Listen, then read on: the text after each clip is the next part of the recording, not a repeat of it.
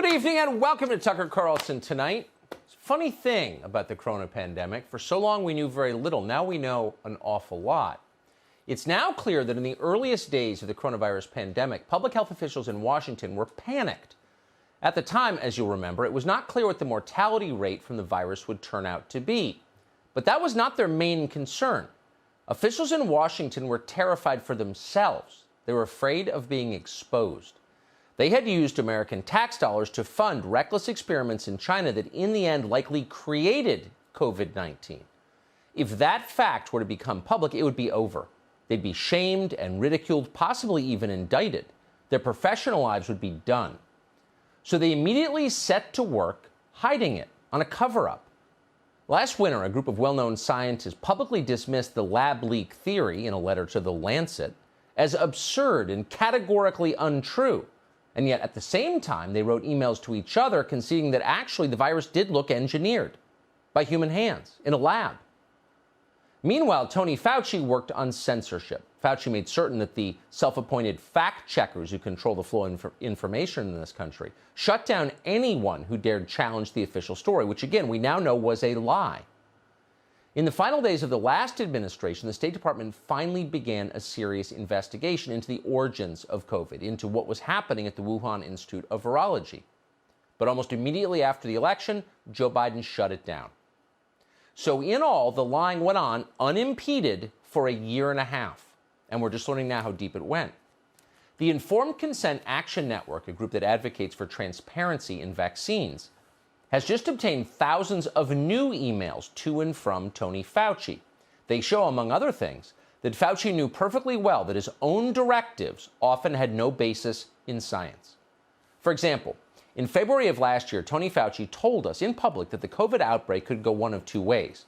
It would either be a catastrophic pandemic, that's what we were all worried about, or it could very well turn out to be just an unusually bad flu season. Those were the options.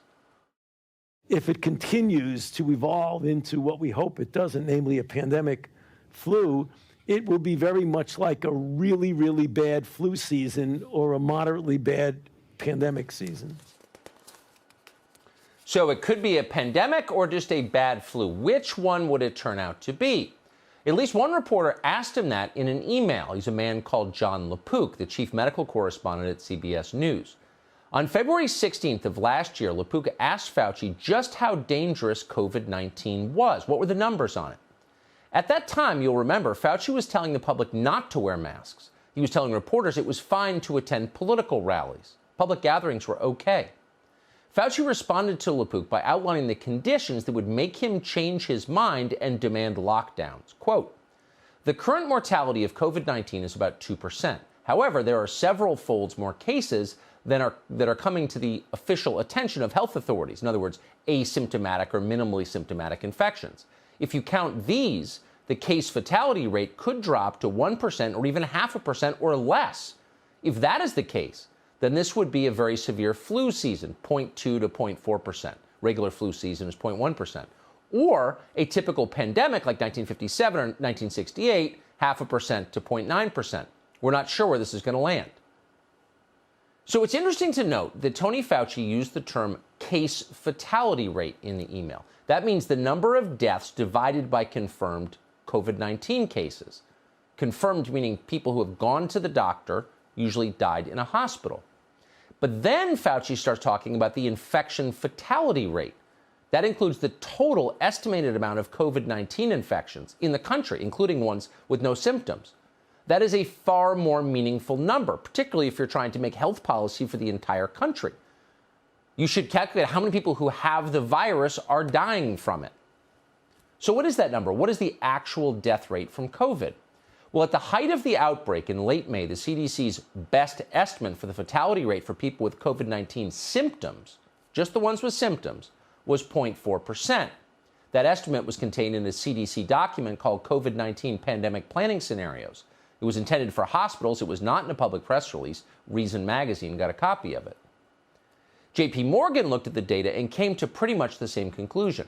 Infection fatality rates in the spring of 2020, at the height of the pandemic, were 0.06% in Santa Clara, California. They were the same in Los Angeles. They were 0.18% in Miami-Dade County. In other words, by Tony Fauci's own definition, what we were experiencing was effectively a severe flu season, at the worst.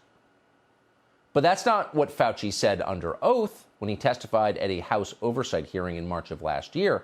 In that hearing, Fauci claimed the COVID-19 infection mortality rate was around 1%, which Fauci explained means it's, quote, 10 times more lethal than the seasonal flu. That's untrue. That's a lie, it turns out.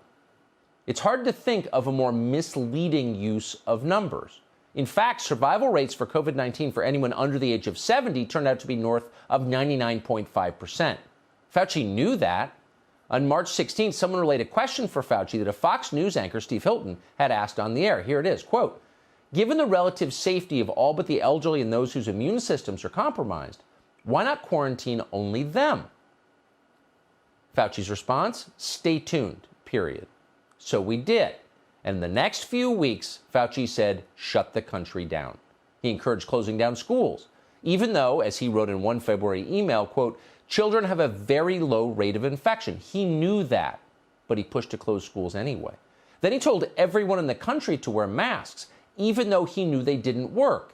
As he explained in another February email, which we're just now getting, quote, the typical mask you buy in the drugstore is not really effective in keeping out virus, which is small enough to pass through the material, end quote. Those drugstore masks don't work. But Fauci continued to demand that you wear those drugstore masks. He continued to demand that the lockdown continue. Why did he do that? When he knew, and we know for certain now, we can prove it because we have the emails, he knew those were not recommendations grounded in science, but he pushed them anyway. Why? We can't say for certain. We do know the effect of these recommendations was a kind of medical martial law. The country was so miserable and so off balance for so long that no one really thought to ask, where did this virus come from? But Fauci knew where it came from. Here he is in 2018 celebrating the end of the federal moratorium on American taxpayer funding of gain-of-function research. NIH lifts funding pause on gain-of-function research. So let me explain this a little, because whenever the pushing back and forth from the press, so like NIH now is going to do dangerous research. No, as a matter of fact, it's exactly the opposite. So a framework has been now established to guide funding decisions on proposed research that might be anticipated to create, transfer, or use enhanced potential pandemic pathogens. I'm going to speak slowly now for those of you who are not scientifically literate, for the dumb people in the audience, which is everyone but me. The NIH is not going to conduct dangerous experiments. There's a framework. That was Fauci's promise, and in fact, it was half true. NIH did not conduct dangerous experiments. The NIH, Tony Fauci, paid for the Chinese to conduct dangerous experiments, and they did. There's no debate about that now. It happened. So what are the consequences going to be? What happens if you do something like this and wreck the country? Will Fauci face any consequences? The White House answered that question today.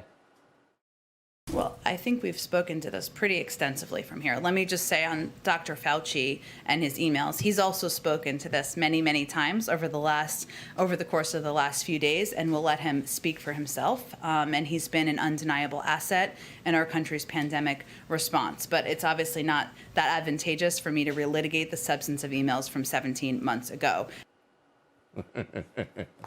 He can speak for himself. He's always got a place on Nicole Wallace's show where she'll tell him what a great man he is. Really kind of a hero. He can speak for himself on MSNBC. So nothing's going to happen to Tony Fauci. He's not even going to lose his job, ever. As Biden Flack explained today, he will never be fired. Watch this. Just since you mentioned Dr. Fauci again, can you imagine any circumstance where President Biden would ever fire him? No. Go ahead. No. And not only is he never going to be fired, held to account for this, forced to explain, he's also never going to apologize because it's your fault.